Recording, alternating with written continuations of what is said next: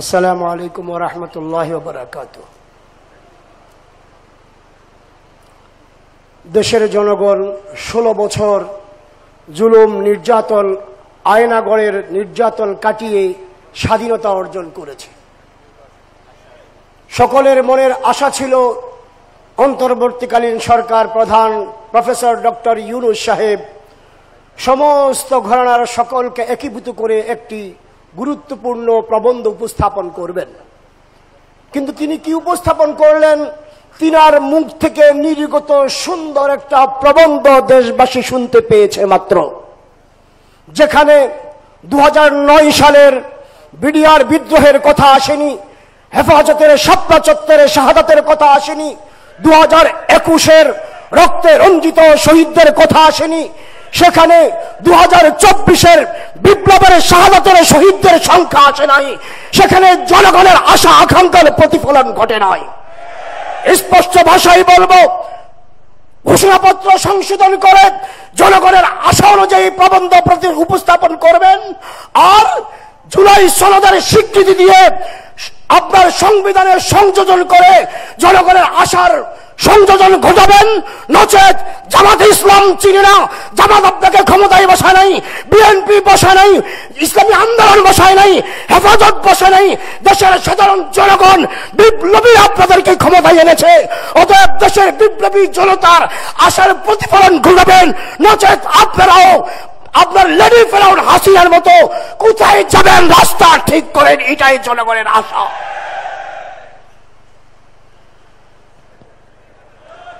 সম্মানিত উপস্থিতি, এ পর্যায়ে প্রবন্ধের উপরে আলোচনা রাখার জন্য অনুরোধ করছি গণ অধিকার পরিষদের সম্মানিত সহসভাপতি ও মুখপাত্র জনাব ফারুক হাসান।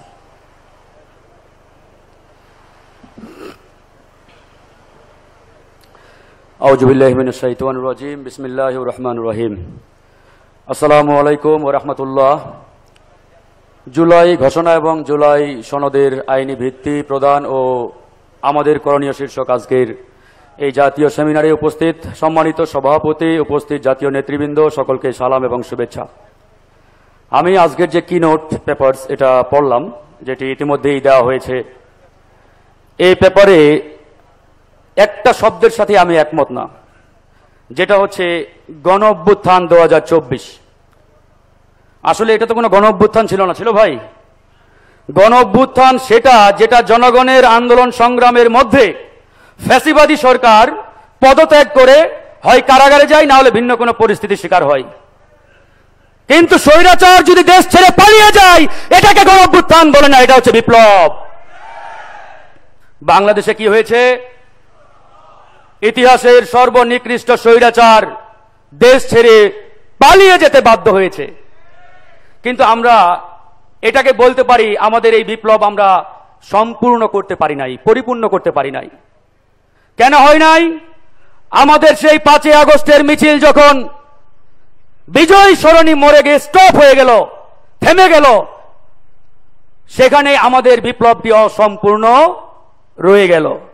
ওই মিছিল যদি আমরা জাহাঙ্গীর গেট কিংবা বিজয় সরণি মোড়ে স্টপ না করতাম, তাহলে এই 24 সালের জুলাই বিপ্লব শতভাগ বাস্তবায়ন হতো, পরিপূর্ণ হতো। তো যাই হোক, আজকে অনেক কথা, অনেক আলোচনা, অনেকেই সরকারকে নানা রকম আইনি ফিন্দি ফকির দেখায়, ফাঁক ফকর দেখানোর চেষ্টা করে, আইনের নানান ধারা উপধারা বোঝানোর চেষ্টা করে। আমরা তাদেরকে বলতে চাই, এই অন্তর্বর্তীকালীন সরকার, এই সরকার বাংলাদেশের কোন আইন কোন সংবিধানে লেখা আছে তারা যদি আমাদেরকে একটু দেখাতে পারে, আমরা অন্তত সন্তুষ্ট হতে পারি, আশ্বস্ত হতে পারি যে কোথায় এই অন্তর্বর্তীকালীন সরকারের ধারাটি লেখা আছে। লেখা নেই। সুপ্রিম কোর্ট, এই সুপ্রিম কোর্টের কোনো অথরিটি নেই কোন সংবিধান প্রণয়নের কিংবা আইন তৈরির। সুপ্রিম কোর্ট দুটো কাজ করতে পারে, আইনের ব্যাখ্যা দিতে পারে, অথবা পার্লামেন্ট কর্তৃক কোনো আইন রচিত হওয়ার পরে ওই আইনের সাথে কোনো অসামঞ্জস্যপূর্ণ ধারা থাকলে সেটা সুপ্রিম কোর্ট বাতিল করে দিতে পারে। এর বাইরে সুপ্রিম কোর্টের কোনো অথরিটি নেই যে তারা আইন প্রণয়ন করবে কিংবা সংবিধান রচনা করবে। তাহলে এই যে অন্তর্বর্তীকালীন সরকার যারা আজকে দায়িত্বে বসেছেন, চেয়ারে বসেছেন কোন আইনের বলি? আইন একটা আছে, সেটা হচ্ছে আল্লাহর পরে এই বাংলাদেশের মাটিতে সর্বময় ক্ষমতার অধিকারী জনগণ। সেই ছাত্র জনতা এই সরকারকে বৈধতা দিয়েছে, সেই ছাত্র জনতার বৈধতার ফলে আজকে এই সরকার চেয়ারে রয়েছে। সবচাইতে আফসোস এবং কষ্টের জায়গা, যাদেরকে আমরা 2000 ছাত্র জনতার রক্তের বিনিময়ে চেয়ারে বসালাম, আজকে এই সরকার যদি কোন একটি নির্দিষ্ট দলের চাপ কিংবা তাপে হেলে পড়ে যায়, আমরা এটা মেনে নেব না এবং হতেও দেব না। জুলাই ঘোষণাপত্র দিয়েছেন, এই ঘোষণাপত্র আমাদের মন মতো হয় নাই, তারপরেও আমরা মেনে নিতাম। কিন্তু সবচাইতে বিপজ্জনক, ডেঞ্জারাস যে ক্লজ এই জুলাই ঘোষণাপত্রের, সেটা আপনারা সবাই পড়েছেন না? 22 নম্বর ধারায় এই অন্তর্বর্তীকালীন সরকারের জুলাই ঘোষণাপত্রে লেখা আছে, এই ঘোষণাপত্র পরবর্তী নির্বাচিত সংসদ অর্থাৎ আগামীতে যারা সরকার গঠন করবে তারা তাদের সংস্কারকৃত সংবিধানের তফসিলে অন্তর্ভুক্ত করবেন। How funny! যদি পরবর্তী সরকারই করে, তাহলে এই যে আপনারা আমাদের নিয়ে 2 মাস আলোচনা করলেন, 1 মাস টানা ঐক্যমত্য কমিশনে মিটিং করলাম, এই তামাশা করার দরকারটা কি ছিল ভাই? বলেন, এই তামাশার কোনো মানে হয় না। এই সরকার কোন দলের নয়, কোন মতের নয়, কোন গোষ্ঠীর নয়, এই সরকার এদেশের আপামর জনতার। ছাত্র জনতার ডিমান্ড কি, জনগণের আকাঙ্ক্ষা কি, সেটা এই সরকারকে বাস্তবায়ন করতে হবে। বিএনপি কি চাইলো, জামাত কি চাইলো, আর গণ অধিকার কি চাইলো, এই চিন্তা এই সরকার করলে হবে না। তাই আমরা আজকে স্পষ্ট করে বলতে চাই, আমরা জুলাই ঘোষণাপত্র নিয়ে অনেক ছাড় দিয়েছি, জুলাই সনদ নিয়ে এক চল পরিমাণ ছাড় দেব না। এই জুলাই ঘোষণাপত্রের আইনি ভিত্তি দিতে হবে, সাংবিধানিক ভিত্তি দিতে হবে। অন্যথায় এই সরকার যতই বলুক, ডান বাম থেকে যতই আওয়াজ উঠুক, এই জুলাই সনদের আইনি ভিত্তি ছাড়া আমরা আর এক চুল পরিমাণ পিছপা হব না ইনশাআল্লাহ। এবং আগামী জাতীয় নির্বাচন এই জুলাই সনদের আলোকে হতে হবে। ওই হাসিনার রেখে যাওয়া সংবিধানের অনুযায়ী আগামী জাতীয় নির্বাচনের চিন্তা করবেন। এরকম রকিব আর হুদা মার্কা নির্বাচন এই বাংলার মাটিতে এদেশের জনগণ, রাজনৈতিক দলগুলো আর হতে দেবে না ইনশাআল্লাহ। আপনারা প্রস্তুত আছেন তো? আমরা একটি অবাধ সুষ্ঠু নির্বাচন চাই, কেউ এই নির্বাচনের বিরুদ্ধে নয়। কিন্তু ওই রকিব হুদা মার্কা নির্বাচন, ওই 2008 সালে ভারতীয় পরিকল্পনায় ইঞ্জিনিয়ারিং ইলেকশন আমরা চাই না। আমরা একটি অবাধ সুষ্ঠু ফ্রি এন্ড ফেয়ার ইলেকশন চাই, যে ইলেকশন বাংলাদেশের ইতিহাসে একটি উজ্জ্বল নক্ষত্রের মতো জনগণের সামনে দৃষ্টান্ত স্থাপন করবে। সেই লক্ষ্যে আমি আপনাদেরকে প্রস্তুত থাকার আহ্বান জানাচ্ছি। আমাদের লড়াই শেষ হয় নাই, সামনে হয়তো আবারও রাজপথে নামতে হবে, আবারও লড়াই করতে হবে। তবে একটা কথা বলেই শেষ করব, আমরা ইতিহাসের সবচাইতে বড় ফেরাউন, লেডি ফেরাউন খুনি হাসিনাকে ভয় পাই নাই। আগামীতে যে যতই হুমকি দোক, যে যতই ধুমকি দেখাক, তাদের ওই হুমকি ধামকি আমাদের সামনে পানির মতো ভেসে যাবে ইনশাআল্লাহ। ভালো থাকবেন, দেখা হবে, আল্লাহ হাফেজ।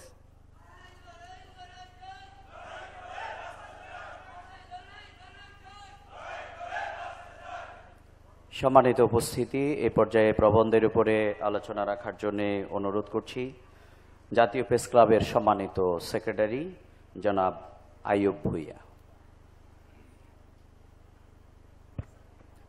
বিসমিল্লাহির রহমানির রহিম।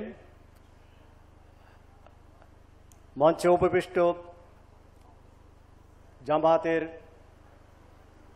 নিপীড়িত এবং নির্যাতিত নেতৃবৃন্দ, সামনে উপবিষ্ট দলের বিভিন্ন পর্যায়ে কারা নির্যাতিত নিপীড়িত কর্মী সমর্থক বন্ধুবান্ধবরা, একজন সাংবাদিক হিসাবে সাংবাদিক সমাজের নেতৃত্ব দিচ্ছে অনেক দিন ধরে। আমি স্পষ্টভাবে বলতে চাই, বাংলাদেশের মাটিতে আবারও পেশিবাদের পদধ্বনি শোনা যাচ্ছে। আমরা এই মাটিতে আর কোনো পেশিবাদ জন্ম হতে দিতে পারি না।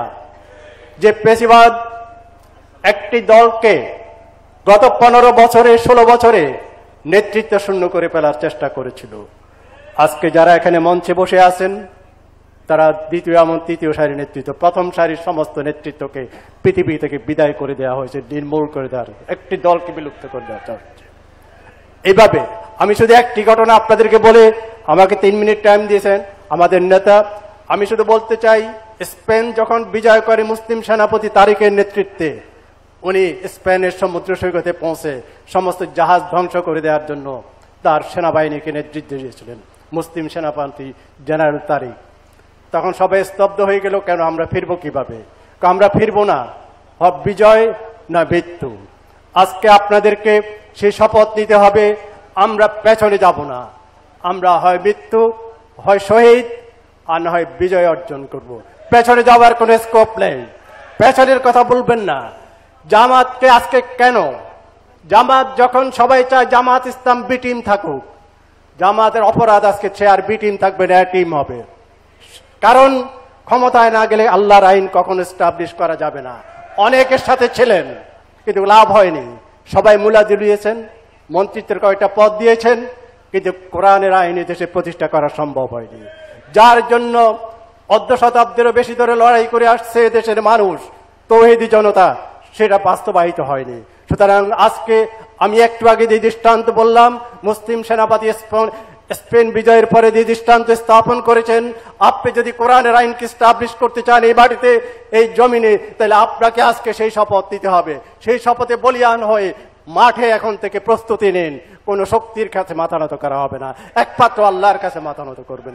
সবাইকে আবারও আমার সাংবাদিক সমাজের পক্ষ থেকে সার্বিক সহযোগিতার আশা প্রকাশ করে আমার বক্তব্য এখানে শেষ করছি। খোদা হাফেজ, বাংলাদেশ জিন্দাবাদ। সম্মানিত সুধী মণ্ডলী, সম্মানিত ভাই এবং বন্ধুগণ, জাতীয় সেমিনারের এই পর্যায়ে গুরুত্বপূর্ণ আলোচনা পেশ করার জন্য প্রবন্ধের উপর অনুরোধ জানাচ্ছি বাংলাদেশের শিক্ষক সমাজের অন্যতম গুরুত্বপূর্ণ একটি প্রতিষ্ঠান বাংলাদেশ আদর্শ শিক্ষক পরিষদের সম্মানিত সভাপতি, বিশিষ্ট আদর্শ শিক্ষক ফেডারেশনের কেন্দ্রীয় সভাপতি, বিশিষ্ট শিক্ষাবিদ প্রফেসর ডক্টর কুরবান আলী। এ পর্যায়ে প্রবন্ধের উপর আলোচনা পেশ করছেন প্রফেসর ডক্টর কুরবান আলী।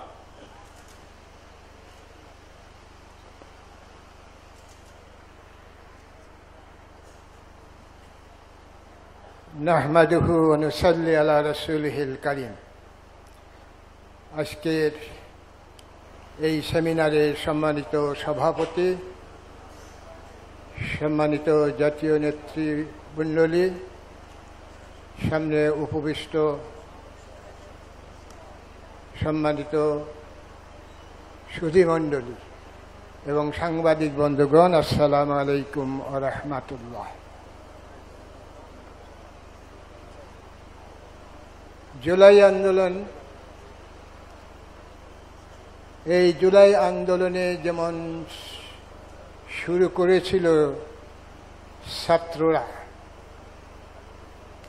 তারপর ইমিডিয়েট অংশগ্রহণ হলো শিক্ষকদের, তারপর সাধারণ মানুষ, এখানে মা বোন থেকে শুরু করে ছোট ছোট সবাই এর সাথে ইনভলভ হয়েছে। আমি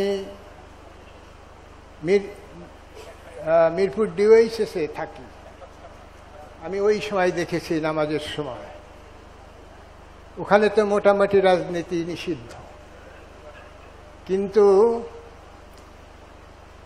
নামাজের পর, আসলে নামাজের পর আর রাস্তাঘাটে কোনো জায়গা নেই, মা বোন ছোট ছেলে মেয়ে সবাই মাঠে নেমেছে।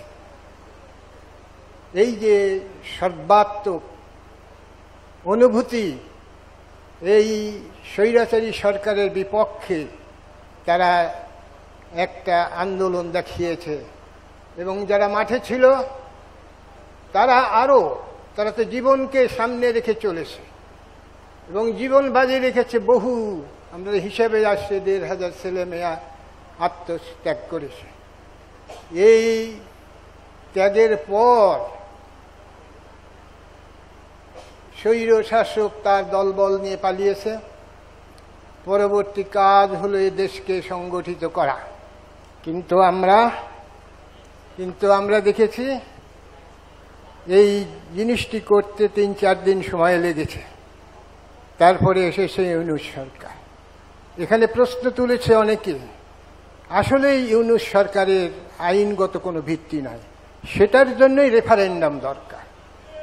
এরপরে সারা দেশের নেতৃমণ্ডলী, রাজনৈতিক নেতৃমণ্ডলী সবাই মিলে একটা সনদ তৈরি করেছে। তার ভিত্তি কোথায় সেটা কি জনগণ জানে? কয়েকজন জানে, নেতারা জানে, তারা সার্কুলার পাচ্ছে ইত্যাদি ইত্যাদি। কিন্তু যেটা কয়েকজনের ভিতরে সীমাবদ্ধ, সেটা অন্যরা যে মানবে এর গ্যারান্টি কোথায়? সেই গ্যারান্টি পাওয়ার জন্যই এটা আইনি ভিত্তি প্রয়োজন। সেই ভিত্তি রেফারেন্ডামের মাধ্যমে এটাকে এস্টাবলিশ করা যায়। তা আমরা সবাই এত লোকের ত্যাগ তিতিক্ষা, এটাকে এস্টাবলিশ করার জন্য এই সনদকে জনগণের সামনে উপস্থাপন করি এবং তাদের মতামত নিয়ে এটাকে আইনি ভিত্তি এস্টাবলিশ করি। এই কাজে আপনারা সবাই সমর্থন করবেন, সবাই এই আন্দোলনের সাথে সম্পৃক্ত হবেন, এই আশাবাদ ব্যক্ত করে আমি শেষ করছি। আসসালামু আলাইকুম ওয়া রাহমাতুল্লাহ।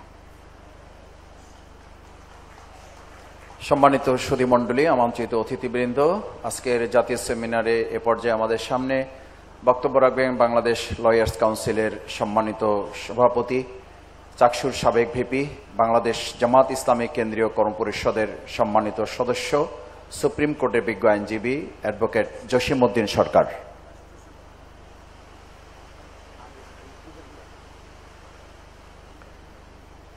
বিসমিল্লাহির রহমানির রহিম। আজকের এই জাতীয় সেমিনারের সম্মানিত সভাপতি, বাংলাদেশ জামাত ইসলামীর অন্যতম নায়েবে আমির ডাক্তার সৈয়দ আব্দুল মোহাম্মদ তাহের, অন্যান্য নেতৃবৃন্দ, অতিথিবৃন্দ, উপস্থিত ভাই বন্ধুগণ, সাংবাদিক বন্ধুগণ, আসসালামু আলাইকুম ওয়া রাহমাতুল্লাহি ওয়া বারাকাতুহু। আমি সর্বপ্রথমে বিগত আন্দোলনে, এই স্বৈরাচার বিরুদ্ধে আন্দোলনে, 36-এর আন্দোলনে, বিপ্লবে যারা জীবন দিয়েছে শহীদদের আত্মার মাগফিরাত কামনা করছি এবং যারা আহত এখনো কাতরাচ্ছে, আল্লাহ তাদের রোগ মুক্তি সুস্থ করে দেন, দ্রুত তাদের আশু সুস্থতা কামনা করছি। সাথে সাথে এই বিপ্লবের, এই অভ্যুত্থানের অনিবার্য যে দাবি ছিল, সেই দাবি বাস্তবায়নের জন্যে দীর্ঘদিন, প্রায় 47 দিন পর্যন্ত জাতীয় ঐক্য কমিশন 32টা দলের সাথে মিটিং করেছেন। তাহলে 47 দিন পর্যন্ত 32টা ছোট বড় দলকে নিয়ে মিটিং করে যে কনসেনসাস পেয়েছেন, এটা গোটা জাতির ম্যান্ডেট। এইটাকে আইনি ভিত্তি না দিলে, কোনো লড়র বর্ডর করলে জাতি মেনে নেবে না। ষড়যন্ত্র চলছে। এখনই যারা রক্ত দিল, তাদের রক্তের উপরে দাঁড়িয়ে যারা ক্ষমতায় আসলেন, আপনারা পরবর্তীতে রেফার করছেন কোন কারণে, কার ইঙ্গিতে, কাকে খুশি করার জন্যে। আমি বিনয়ের সাথে বলতে চাই, অন্তর্বর্তী সরকারের প্রধান ডক্টর মোহাম্মদ ইউনূস, উনি আমাদের শিক্ষক, শ্রদ্ধেয় শিক্ষক, আমারও শিক্ষক। গোটা জাতি আপনাকে যেভাবে সম্মানের স্থান দিয়েছে, আমরা চাই আমৃত্যু আপনি সম্মানটা যেন বহন করতে পারেন। এর ব্যতিক্রম হয় কোনো কিছু করা আপনার জন্য শোভনীয় হবে না।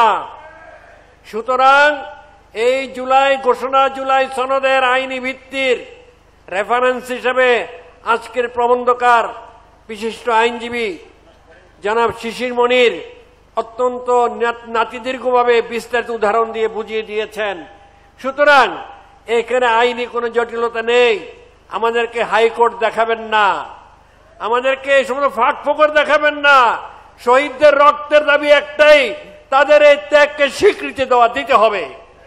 এর কোনো ব্যতিক্রম জাতি মেনে নেবে না। আমাদের করণীয় একটাই করণীয়, শহীদ আবু সাঈদ মুগ্ধ যে পথে গিয়েছে, আমরাও সেই পথে যাব দাবি আদায় করার জন্য ইনশাআল্লাহ। এই পথ থেকে পিছানোর সুযোগ নেই, কোনো সুযোগ নেই। জাতির সাথে দেওয়া অঙ্গীকার। প্রিয় বন্ধুগণ, আমরাও নির্বাচন চাই, ও চাইতা না, আমরা নির্বাচন চাই। নির্বাচনের বাহিরে কোনো পদ্ধতিতে ক্ষমতার পরিবর্তনে জামাত বিশ্বাস করে না। ইতিহাস সাক্ষী, বাংলাদেশের যেগুলো নির্বাচনে জামাতে অংশগ্রহণ করেছে, প্রত্যেক নির্বাচনে জামাতের প্রতিনিধিত্ব ছিল। কাজেই নির্বাচনের বাইরে কোনো চিন্তা করি না। বাট যেই নির্বাচনের জন্য এত জীবন দিল, যেই সংস্কারের জন্য জীবন দিল, যে বিচারের জন্য আজকে জনগণের আকুতি, তা ফুলফিল করা ছাড়া জনগণ আর কোনো পদ্ধতি মেনে নেবে না। আমরা অবশ্যই নির্বাচন চাই। তার আগে জুলাই ঘোষণা, জুলাই সনদের স্বীকৃতি সহ যারা খুনি তাদের বিচার অবশ্যই দৃশ্যমান হতে হবে, সংস্কার দৃশ্যমান হতে হবে, আইনি স্বীকৃতি হতে হবে।